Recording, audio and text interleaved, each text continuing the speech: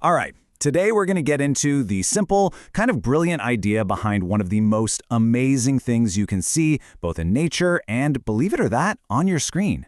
We're talking about that incredible, swirling dance of a flock of birds. I mean, have you ever just stopped what you're doing and looked up at a huge flock of birds? It's mesmerizing, right? They move with this perfect flowing grace, almost like they're all one single creature, guided by one mind. So, the big question is, how on earth do they do that? And you know what? People have been asking that exact question for a long time. I mean, we're talking centuries. You look at that and your first thought is, okay, there must be a leader, right? Someone up front calling the shots. But here's the crazy part. All the evidence points to, nope, no one's in charge. So yeah, that's the big puzzle of the flock. A totally leaderless, yet perfectly coordinated dance. How do you get this beautiful, synchronized movement when there's no central control? How does all that order just appear? Okay, so this mystery wasn't just for biologists. It turned into a huge problem for early computer animators. You know, before 1987, trying to create digital crowds was a total nightmare. They were facing the exact same problem, just on a computer screen. Seriously, the old way was just brutal. Can you imagine having to script out the exact path for every single bird by hand, for hundreds of them? It was this incredibly slow, tedious, frame-by-frame job. And after all that work, it almost never looked natural. It just looked wrong. And then, in 1987, everything changed. A guy named Craig Reynolds came along with a new approach. He published a paper that introduced an idea so revolutionary, it pretty much turned the whole world of animation on its head. Here's the breakthrough.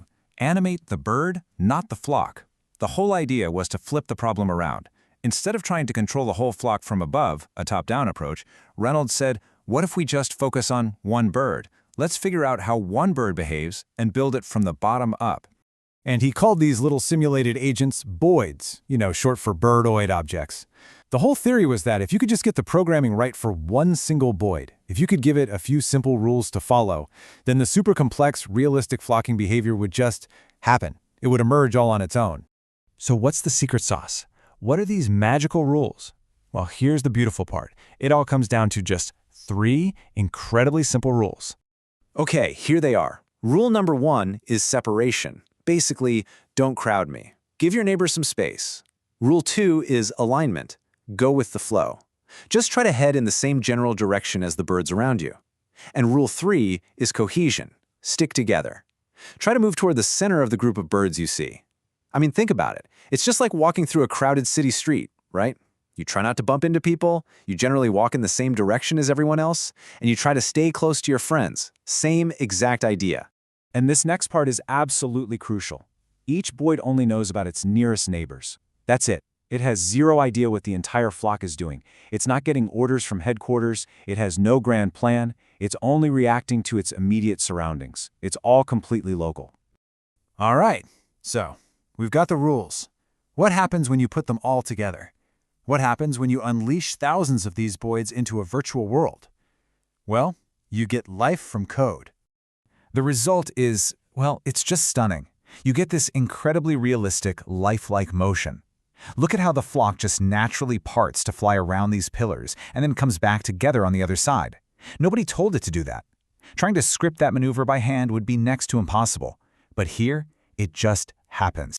In fact, the behavior was so lifelike and unpredictable that it even surprised the guy who created it. Craig Reynolds famously got frustrated trying to get his Boids to do exactly what he wanted for a demo. And he wrote, "These darn Boids seem to have a mind of their own." That's when you know you've created something special. So, as you can probably guess, this brilliant idea didn't just stay locked away in a computer science paper. Let's talk about the legacy of Boids, because it goes way beyond just making cool animations. I guarantee you've seen Boids in action, maybe without even knowing it. Think about the massive wild beast stampede in The Lion King. That's Boids. The giant battle scenes in movies. Boids. Swarms of enemies coming at you in a video game. Yep, Boids again. But it's also used for serious scientific stuff, like modeling traffic patterns or even simulating how real animal herds and schools of fish behave. So you see, this was way more than just a neat trick for animation. It was really a foundational moment for a whole field of study called artificial life. It was this perfect visual proof that you can get incredibly complex, intelligent, lifelike behavior from a set of very, very simple rules. No leader required.